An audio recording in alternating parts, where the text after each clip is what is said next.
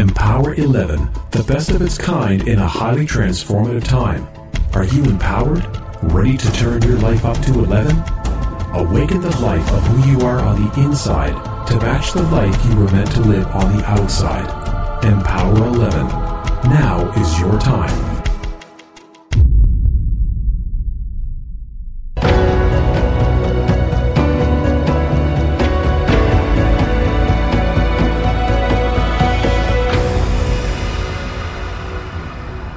Power 11 Radio.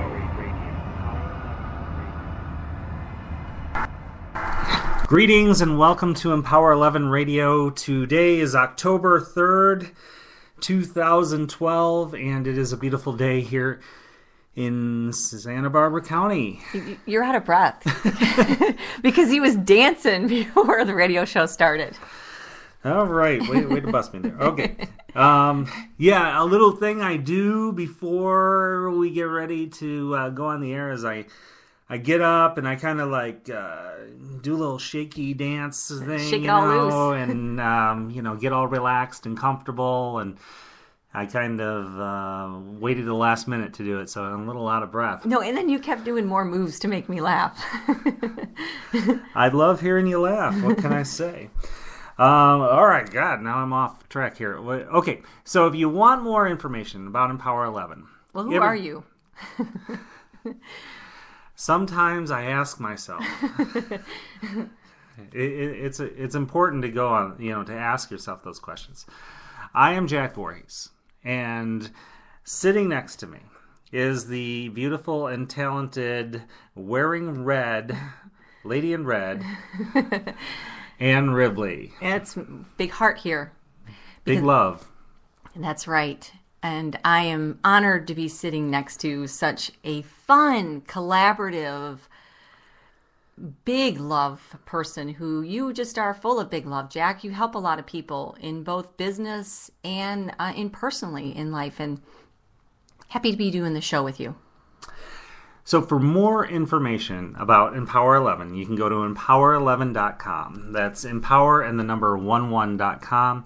There's free audio downloads. There's lots of cool stuff on it. So check it out. You can keep up to date with everything that's going on with Empower 11, and there's links to our podcast on iTunes, because immediately after the show they get uploaded to iTunes, so you can listen to them on a podcast. And there's also information about our Empower Wealth album that's available on iTunes and Amazon. And, we love to hear your feedback. We love hearing from you, the listener, about what's going on with you. You give us ideas, inspiration. Sometimes, we can realize that, hey, here's a topic that we need to cover. So for whoever you are listening from all over the world, in Spain and France and the United States and Canada, and where do we get news from in Africa? South Africa. Yeah, there was a certain place in South Africa. Johannesburg. Yeah. Okay, so wherever you are, we want to hear more from you, so keep those emails coming.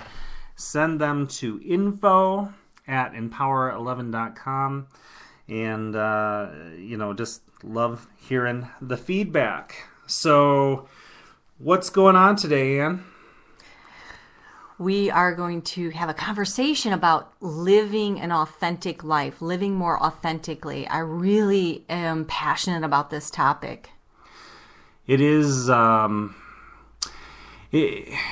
it's kind of amazing when you see people in the world, and some will go out and venture on their own paths, and then there's many more that kind of get in line and just kind of follow the leader kind of thing. And then there's the other ones that get into this really good place within themselves, and they're able to live this, truly unique and authentic life. And we're all unique, and the less we try to be like others, and the more we get into that really good place within ourselves, I mean, the more powerful and we are, and more interesting as well. I mean, the most interesting people I know are living very authentic lives.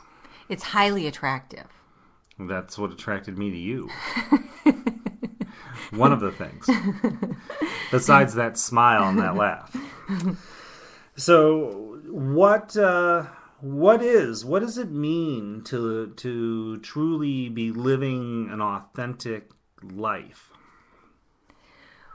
The thing that comes to mind first, especially when we were mind mapping this yesterday, is that it's this unfragmented state of being, and I'm really passionate about that part of what even the Empower 11 symbol is, about getting oneness on the inside and having it be a match to who we are outside in our world, and not being fragmented. And I feel like these broken parts of maybe our expression or our interaction out into the world, this fragmented sense, it weakens us. It takes our power away. It moves us away from the core of who we are.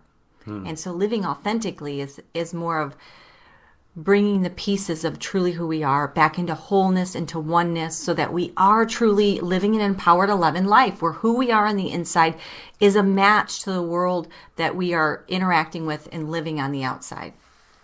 Hey, I want to ask you a question. I knew you were up to something. You had that look. I'm thinking, oh no, what's coming next here? So why don't you tell our listeners why you aren't drinking coffee right now? Because, I just was thinking, I just had a sip of this really delicious coffee. Yeah. And in your anyway, just tell our listeners why. So you're not even going to say that's crazy talk. It does sound crazy to me. But. Well, first of all, I want to say that I've drank coffee my whole adult life. Actually, it began in college when I was falling asleep in a physiology class after lunch, and then I found the power of coffee, and suddenly it was so much easier. And then from there forward, I was a coffee lover. I still am. Yeah. Even though I'm not drinking it right at this moment in time, I'm a coffee lover. And what happened is, so I drank coffee, but when I was pregnant with my 2 kids, I did not. But my motivation was for the health of my kids, the unborn child, and the motivation wasn't for what I was going to do for me. So recently, I just really wanted to get into this place where I wanted to bring the energy in closer to me in a way that, when great things happen in our outside world, it's really great to get excited and have the energy, just exploding out of us because, maybe we got the big, check, or, got a big windfall of money, or, we landed the deal we were trying to make, or we're in this love relationship. All these things can spring up this energy in us. And I just felt like I wanted to internalize my energy source closer to me, and not that I was dependent on it on the outside world, but it's just a more intimate relationship. I decided I wanted to get more intimate with this energy source within inside me, and I didn't want to be using anything on the outside. So I'm bringing it in closer, and it's very interesting because there is this welling up of energy that is occurring on a much more natural spring level inside of me from it. And so then whatever's happening on the outside, it's kind of like this place of, when you call it noise, you're just tuning out the noise, or, whatever's happening that's highlighted or low, it doesn't matter, because I am tapping into this well on a much more deeper level inside myself. Well, I commend you for, going on whatever journey and whatever you feel that you need to do for yourself, and that you have the willingness to go there. And I think that's really important, to have the willingness, and also with this living authentic, is having the willingness to embrace our unique selves. And, I remember in high school, I mean, everybody was wearing these like skinny jeans and these tight on the ankle things. They had, their socks above their pants. And, I mean, it sounds like today. We just went through this with my kids. Like, skinny jeans are in. Yeah. And the girls all had their socks on the outside of their pants, and their pants were tucked into their socks and stuff. And I wouldn't conform to that, I mean, I liked ripped jeans. I liked jeans with big ass holes in the knees and stuff like that. And in fact, I actually got sent home from school because I was wearing these jeans with these holes in them. And sounds like today's clothes. Yeah, and I still like to wear, and you call them my creative jeans. That's right. When I get into this like real creative mode, I tend to like put these pants on. I guess you've made the connection. Well, we all have our creative jeans, so those are literally your creative jeans. Oh yeah, the creative jeans on the inside. Okay, got it. All right, so I refuse to conform, and yeah, I mean, I got teased and all this stuff, but I didn't care. It was me. I wasn't gonna wear the jeans with the tight around the ankles and stuff. That wasn't me. I didn't dig it. So I was happy that I've always gone my own way. I mean, I haven't like conformed to other people's wishes for me and stuff. I mean, I've tried at times. I have tried, and it just doesn't work. And it's not truly empowering, and it's not comfortable for me. But I know if you do something long enough, it can be comfortable, and I think that's where people can get caught in living some kind of not authentic life. But I think people care too much about what other people think, and that becomes what stops them. Yeah. So there's yeah. I mean, it's not living your own honesty. It's not living in the truth of who you are, and there is some integrity that is there in order to do so. I mean, when it's not. It may not always seem easier to be yourself, but it really is. I mean, it really, and I might be getting ahead of ourselves, but this integrity thing, like, it's like embracing who you are and loving who you are, and not being willing to conform just to get the girl or get the job or get the this or that. Well, this is that part where back to the living authentically is an unfragmented state of being. And what does that mean? And when you say integrity, I love that word, because integrity, people think it's, it's about telling the truth in the situation or not, telling the truth that person. Being the truth. Yeah, and being the truth. I love that. Being the truth when we are living authentically. Integrity is a place of substance, strength, and power. I mean, when you look at a building and it's got good integrity, that means it's not going to crumble really easy. It's got strength, it's got power, to it. And that's the same way with our life. When we are being the truth of who we are, we have so much. That's what's highly attractive. It has a lot of strength and power to it. Yeah, if you look at Steve Jobs, I mean, he dropped out of college, but he continued going to college, and he just snuck into the classes that he wanted to sneak into and started doing his own thing, because he really got into this authentic part of him, and what he was doing, and why he felt that he couldn't continue to go to high school or college on his parents' dime was because the things that he was interested, there wasn't really a business there. There wasn't really a market for that kind of an employee, So he was really interested in calligraphy. And he just went to these calligraphy classes because he dug it. Well, it was the knowledge that he gained in his calligraphy classes that allowed Apple to introduce the first typefaces, the first fonts that, with the proper kerning and stuff, how you have an A and a V, and how, the program, how they would space the letters together and all that stuff. And that became a big part of what Apple had to have a jump on their competition. Yeah, a non-DOS type. Mm-hmm. Yeah, graphical interface type stuff. So yeah, I mean, I think that it's the most powerful people that will be themselves, that refuse to conform. I'm forgetting her name.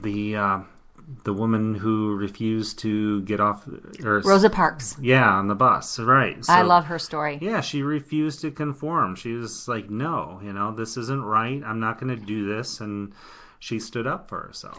And refusing to not conform, it doesn't mean like you're out, rebelling, and it's not always the statement of rebellion. It's the statement of truthfulness in our lives, and it shows up in the unique way that's designed for us in our life path.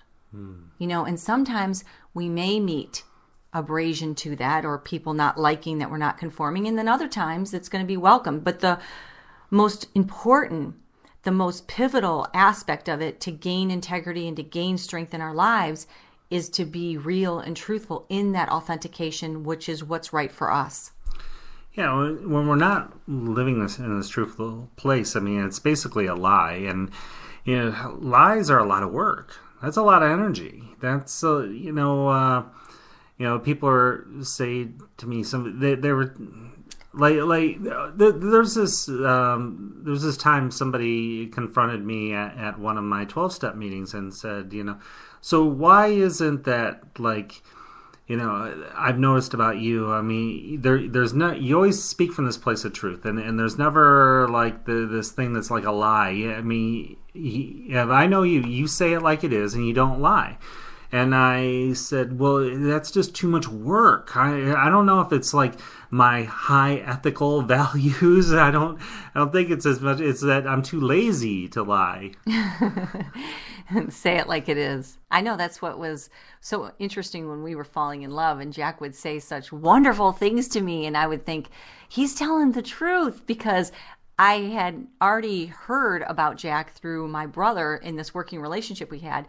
And the thing that my brother wanted to work with Jack with is he kept saying, he's our man we're working with. So I was kind of stuck with working with him, is because he said, he says it like it is. So he had a lot of trust in Jack as in a working relationship, because when you can be with somebody who's not giving you fluff, who's really giving you the real foundation of what they feel and what they can contribute, and saying it like it is. And so when he was saying all these wonderful things as we were falling in love, as we were working together to me gradually through time, and they were such great things, I kept saying, oh my gosh, and this is Jack who says it like it is.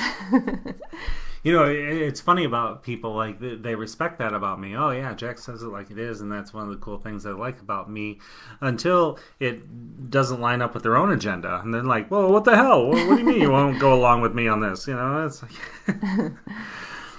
So why it's important to live this authentic life? One of the strongest reasons why is that it's healthier. It is there is less stress when you're being authentic. You're being true to who you are, and you've done the work to find out exactly who you are, and you honor that.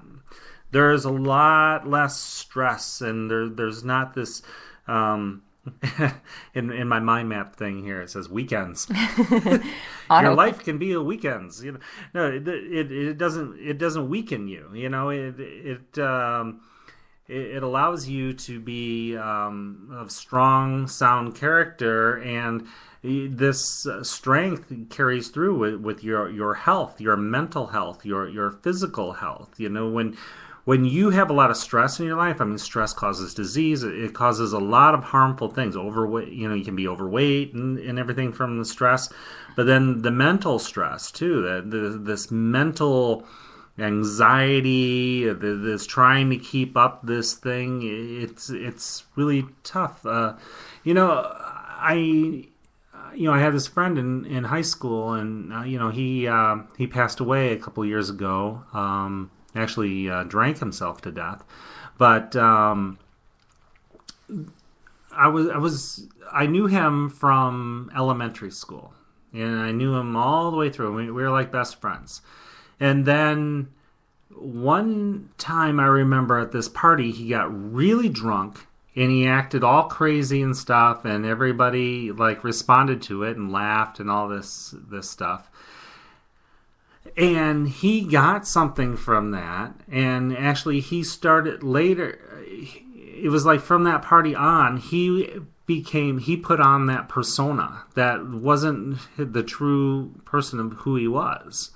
And I knew it wasn't real. It was like, I knew that he was just acting this way. But, his life became an act. And it didn't serve him well.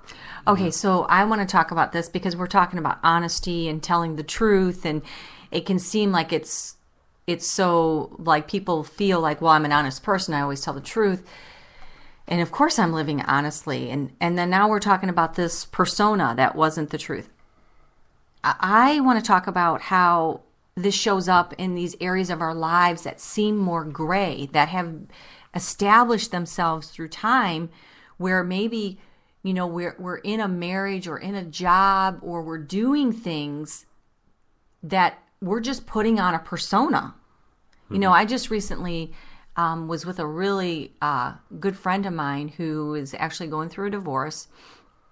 And she was just saying, I couldn't live the persona anymore of basically pretending like everything was okay when it wasn't. Now that is a return to authentic living. Yeah, but I think what happens is people believe that it's the truth of who they are because they've developed it as a coping skill. So they use this pretend, act as if kind of thing because it's easier for them, or they feel. I shouldn't say it is easier because it actually isn't, but they feel that it is. This is where I'm really a true believer that stress on any level, and we can look at this in our lives, means that there's something we haven't accepted and we haven't brought closer. And, and to get into this authentic place with ourselves, we have to be willing to bring things in closer. Because I think that when people think these personas are real, they've still somehow pushed the truth out further away from them because it's too painful to bring it in close. It's too painful to say, well, then who am I without this persona? Who am I if I don't show up as the perfect wife? Who am I if I don't show up at this job the way I'm expected to? Yeah, when I was checking out Eckhart Tolle's stuff and his book New Earth, and like, if I'm not what I look like and I'm not what I wear and I'm not this, I'm not that, and then what am I? And it was like kind of asking that question. But the thing Did you get the answer? Yeah, and that's like an evolving kind of thing. Like there's always these parts of self-discovery. I like that. But it's being true to yourself and being able to be open and seeing these things. Willing to do the discovery work. I remember when I was drinking and drugging and stuff. People would say things like, "Jack always does that," and my ears would like perk up. Like, what do I do? What do I do? Because I had no idea who I was. I just really didn't have a clue. I just thought like it depended on what kind of drugs were in me, and maybe if it was a full moon or something. I don't know. But the thing about this healthiness stuff, it's like the stress and everything. When people aren't living this authentic life, then they look for outside distractions, and that can really perpetuate this unhealthiness with drugs, with sex, shopping, gambling, whatever it is, whatever they're using, the noise that they're making their lives noisy, like we talked about, so that they don't have to deal with what's in front of them, that they're not living an authentic life. They're not honoring the day. They're not honoring this gift of this life that they were given, and they're not honoring the gifts that they have inside of them. There's these little voice. There's this voice that people don't listen to. That's your soul crying out, just saying, hey, there's something bigger here. There's something different for you here. There's something better. There's something special. Listen to me, because I'm crying out for you to live a life of truth and integrity and joy. Yeah, so people are haunted by this unlived true part of who they are in their life.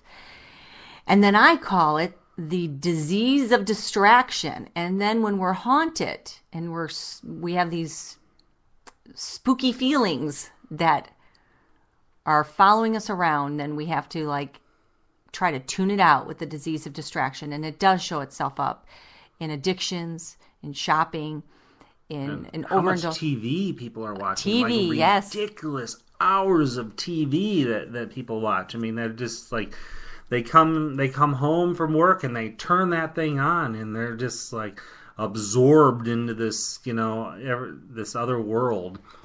And all of this happens on a really insidious level that creates an autopilot behavior. So this is where, why do we want to get more into an authentic living is because on a certain level, yes, we are weakening ourselves, we're wasting our time and our gifts. And that whisper of truth, like what you were saying, Jack, that's returning to this authentic living, which nobody can do you like you. I love when you always say that, Jack, that you are the best at being you. Yeah, I mean, when you're authentic and you're being yourself and nobody else can be you, nobody else can imitate you just quite as good as you can naturally be you. So I think that people do get scared, though. And we look at this with kids. We say, well, you shouldn't care what people think. You shouldn't care what people think. But I really do think that most adults are suffering in that same sense of caring too much what people think. I know for myself, I was run over by a lawnmower. There was and my right leg got so damaged that I had my growth plates got damaged, that my leg didn't grow at the same rate as my other leg because some of the growth plates got damaged. So there was a time period where I had a built up shoe. And wow, talk about as a child being cured of having to not care what other people would think. I mean, I was raised with positive parents. And so, you're not your body, you're something more is what I was raised with. And I really did get to this place that I didn't care what other people thought. But then now fast forward in my life, and then I was in a marriage and in this configuration that slowly built itself through time, and to change out of that, to make course correction, to move back authentically, I know that there was those aspects of me of not wanting to look bad, caring too much about how I would be perceived by the world. I mean, I did get out of that, but I do think that paralyzes a lot of people from truly living authentically. And this doesn't mean we have to make major life changes. It just means getting to this honest place. And that's where that flow mantra, I believe, that which supports us will boldly step forward, and that which doesn't will gracefully step down. And starting to follow that current that authenticity leads us to, that is a path of grace, that is a path of divine mapping and tracking that takes us to that real center point of creation and union with this God force and this universal loving presence that we're meant to be just having it emanate out of us in our own unique way. The elderly, they when they're asked, what do you wish you would have done differently in your life and stuff, and they often say things like, a big one is that they wish they didn't worry so much. They said it was just a bunch of wasted time and also missed opportunities because they were worrying too much. And also they say that they cared about what other people thought. They didn't just do their own thing. It was different back in the past when it was more important about what your parents thought. I mean, they needed this family. The families were tighter then, I think, in certain aspects, and they'd want their their parents' consent about who they married and stuff. And they, I could never marry him because he was a Jewish boy, and my family would never accept that and stuff like that. And you hear the elderly, and they talk about things like that they wish they would have done things differently. Well, I think that's just expanded now. We're in a world now where maybe it's not our family we care about, but it's our peers. It's the world around us. Like even I just watched this interview with Oprah where she was talking about how when she first started her talk show, some of the mistakes and things that she had to go, her learning curve, she still had an element of privacy because, she didn't have everybody all in her business. Now with her network, as she's really trying hard to get this network off the ground, she said every mistake she makes, it's like it's out in the news within 3 hours. Or 3 minutes, Twitter. And so, there still is that part where, we want to look good and we don't want to have, as we're figuring out things, for ourselves. And there could be mistakes involved with it, or I don't want to say mistakes, but things that maybe don't make us look the best as we're in our discovery process. And we just have to become stronger and immune to the fact that our immunity is with the God force. Our immunity is with the more we connect to that integrity, that life force within us, the more we are immune to any of these different situations that could come up that would feel uncomfortable.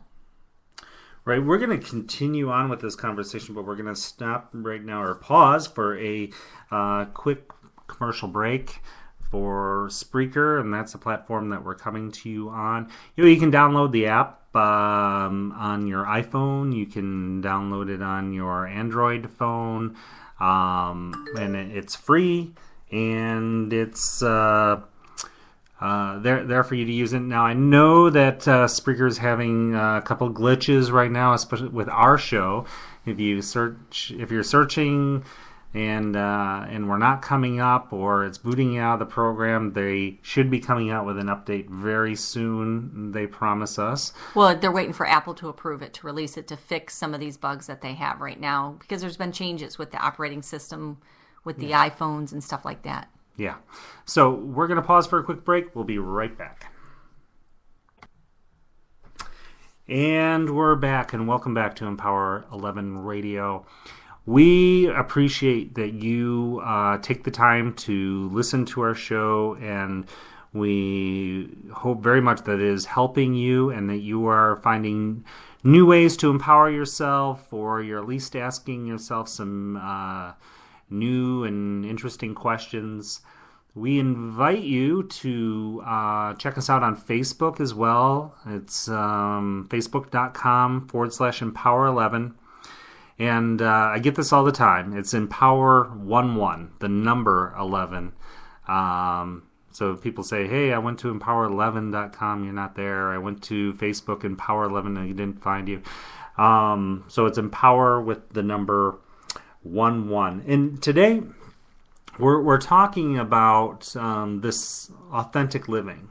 And I would be really interested to hear some feedback. Send us email at info@empower11.com and let us know how you may be making steps to living an authentic life, or you're already in a place where you're really living an authentic life. I mean, we just love to hear how you live an authentic life, or how you are making steps to live an authentic life. So back to why, and that we're living this, why it's so important to live an authentic life. And we've covered a bit about healthiness, but there is this thing about losing yourself. Just, we talked about, looking for who you are and doing the work to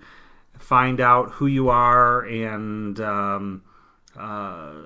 getting into this place of truth. But I mean, how do you think we lose ourselves? Well, I do think we become desensitized by the numbing effects of everyday life, and it can actually it's kind of like, if something, like you put on a pair of shoes and they don't fit you right, and initially you know it, you get a blister.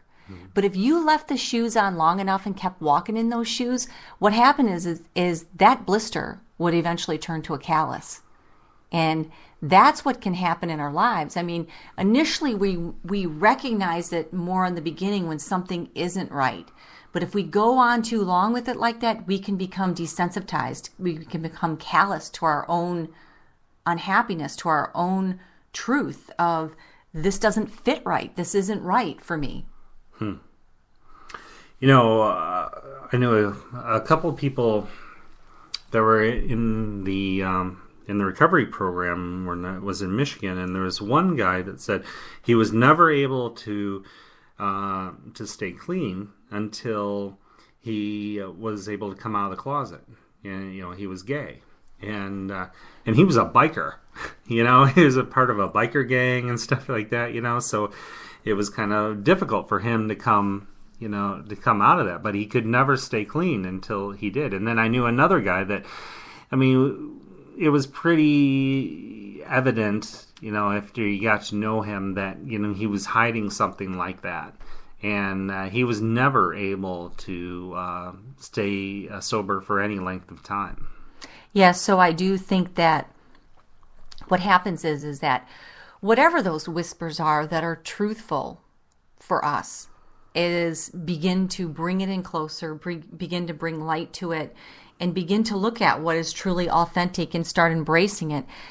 I mean, I have this little great exercise that I just came across that it's been actually pretty illuminating to me by this acclaimed marketer. He was talking about how we're all walking around with a list of the top 10 things that are of our highest interest. Yeah, important to us. Yeah, important to us, that we're actually thinking about repetitively throughout the day. We're either thinking about, we're either putting action towards it, we're either, investigating it, we're doing something about it. And pretty much everybody's got a top 10 list every day. That's the most important thing that they're investing their energies into every single day. Right, and on my top 10 is ice cream. It's true, Jack. It's true. You do this exercise, you better put that on your top 10, because he will say when he goes into our freezer, we have a crisis. He actually called me at a baseball game one time and said, something's wrong. I thought something was really seriously wrong. I got that drop in my heart. My inside started shaking with that adrenaline. And I'm like, what? He's like, we have no ice cream in the freezer. So if you do this exercise, you better put that down. It was horrible. It was really a nightmare. No, but it's true. So there's a top 10 things that that's interest of mine. And so I just recently started really taking and developing my list and I wanted to take a look at how authentic is the things that are consuming my energy, how close are they to the authentic life that I want to be living. And so it's interesting to do that. And I have to say that my life today is getting closer than ever to really, truly emulating and living that authentic life that I have dreamed of for myself.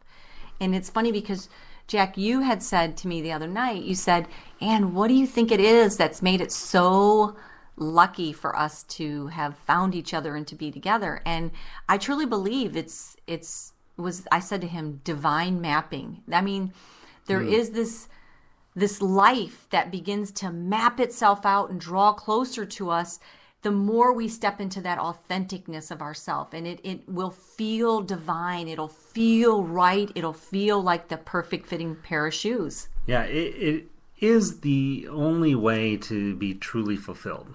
You think about the word fulfilled. You're full. You're filled to the top. And many feel like they have this emptiness inside of them.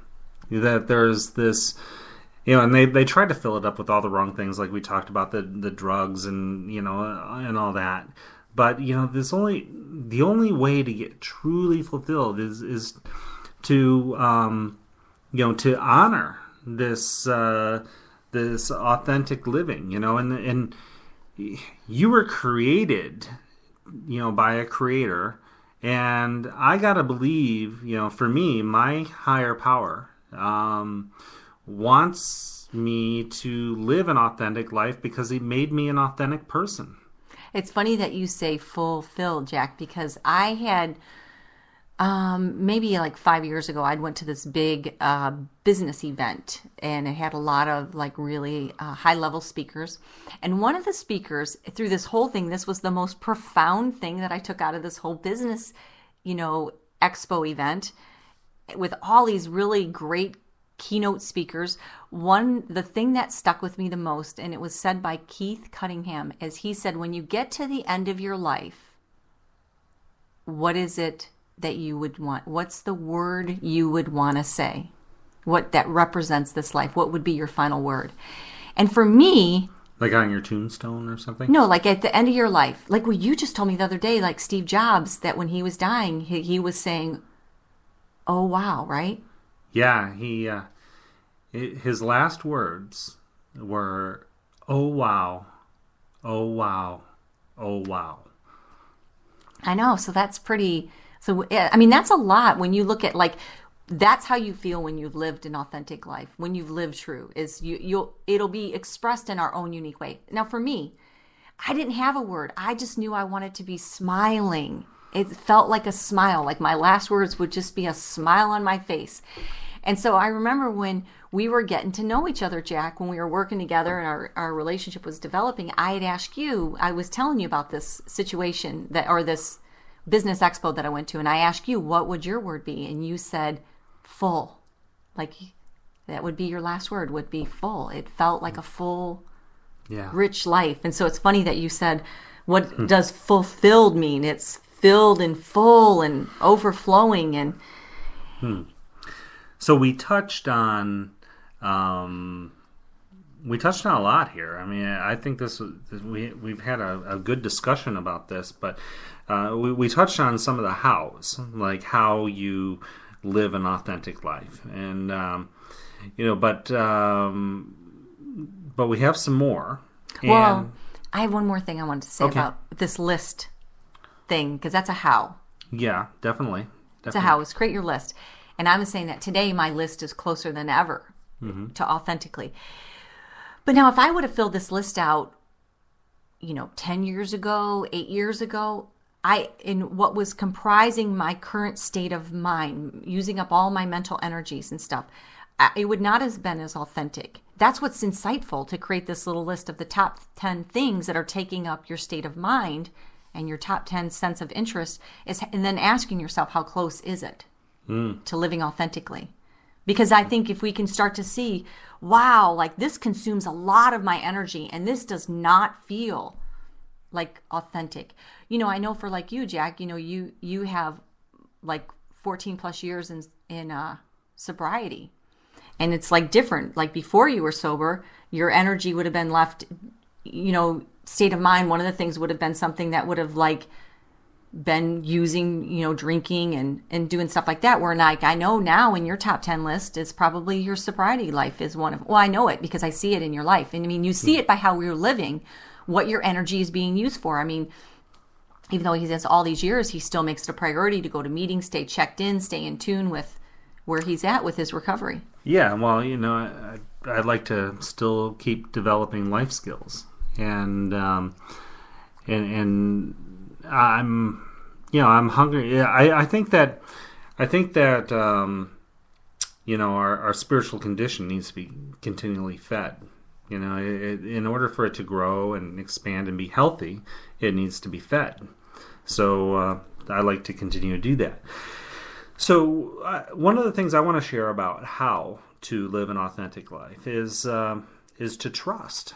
And trust, I mean, that's a bit about faith, and we've had shows about faith, but it's also, I really want to get back to this thing about the higher power. Is like, you trust that there is a reason why you are here, and you're not just taking up space. And you have special gifts, and if you can get into that place of sharpening those gifts and delivering them, using them and delivering them and showing them and sharing them, then I think that is a good way to live an authentic life. Embracing the truth. I love this idea of embracing the truth. And that begins to activate powers that we, when you talk about there's this higher energy, when we embrace the truth, we begin to activate the invisible, the formless, the things that we can't see right now in our lives begin attracting to us. And that's back to when I look at where my life is now after going through a major life change, it's amazing the forces that went to be to collaborate and synchronize and coincide. And, coincidence is nothing but two energies coinciding, coming together, matching up. And so we activate those forces when we embrace truth, that divine, universal, loving presence, the creation of life.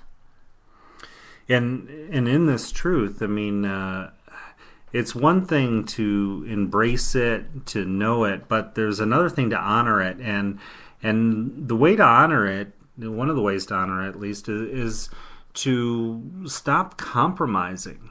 And we don't compromise our truth. We don't, the truth is in black and white. It's one of those few things that's really in black and white in life. And the more we try to gray it out or, to compromise, okay, well, I'm going to kind of go in this direction, but not completely. I think I'll just kind of incorporate this to go slightly off. But, if you're slightly off course and you're going around the world, you're going to end up way off course. Yeah, and I think it's hard for people to even know that when they're so in it, because it's back to that autopilot and that desensitizing that happens to us, this numbing effect. However, I do know here is a simple how-to, and even this can at times not feel so simple, is start to know when a yes is a yes and a no is a no for you in your life. Even on the most simplest, mundane things, is how many times are we automatically complying, automatically saying yes, when really if we checked in with ourselves, the answer would be no. And how many times are we saying no when we haven't even checked in with ourselves to see if the answer should be yes? Yeah, I mean, it becomes like an auto response. Somebody says something, we say no, and then without really thinking or no, it's not for me. But if we're truly honoring our life, we're not going to be like quick yeses and quick no people. We will search and be open to maybe I need to look at this. And it's just not an empowered place to be if you're just an automatic no person. And people don't think they're an automatic no person. I mean, we know people that, it's so clear like people don't even ask because they think she's going to just say no. And it's so funny because it's so clear to those around the people that are like someone that we know specifically. It's so clear to those around, but it's so unclear to that person. It's almost like a talent. They would just say, it's almost like she has a talent. Of course, I'm a yes person. I'm always open. Yeah, I mean, there's one thing about thinking you're open, but then there's another thing about practicing, and that's like reflection. One of the tools that I've used more, like in recovery in the beginning, and I don't think I use it as much now, but I know I still use it, is daily reflection at the end of the day, kind of looking back at the day. And that's a great way for me, because sometimes I need to make amends or something like that, but it's I think it's just an important tool to stop, take a few steps back, and look at what you're doing and why you're doing it. And I always say that, wait, stop, take a few steps back, breathe, look at things. Why am I doing what I'm doing? Does this make sense? Am I on the right path? Am I doing good? Am I honoring myself and this gift that I was giving? I mean, I don't think that, I really don't think a lot of people look at life as a gift.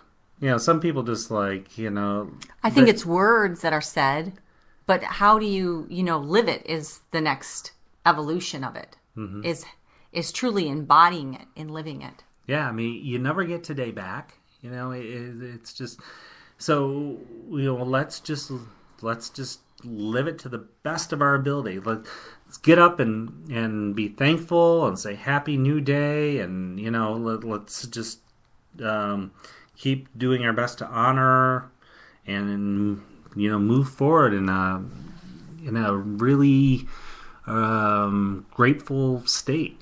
I invite everyone, just take the next 11 days, and every time something comes up that requires a yes or a no, check in with yourself. I mean, that is really how you begin to get authentic, and just strengthening that authentication within you is a yes and a no. When every time it comes up, is just giving yourself that moment of reflection to pause. And even if because I know that some people, they don't even know. They're so mixed up because they're so used to having to say yes and no. They don't even, or yes or no, or whatever is their automatic answer, that they almost wouldn't even know their answer right away. Well, give yourself that pause. Give yourself that time of reflection.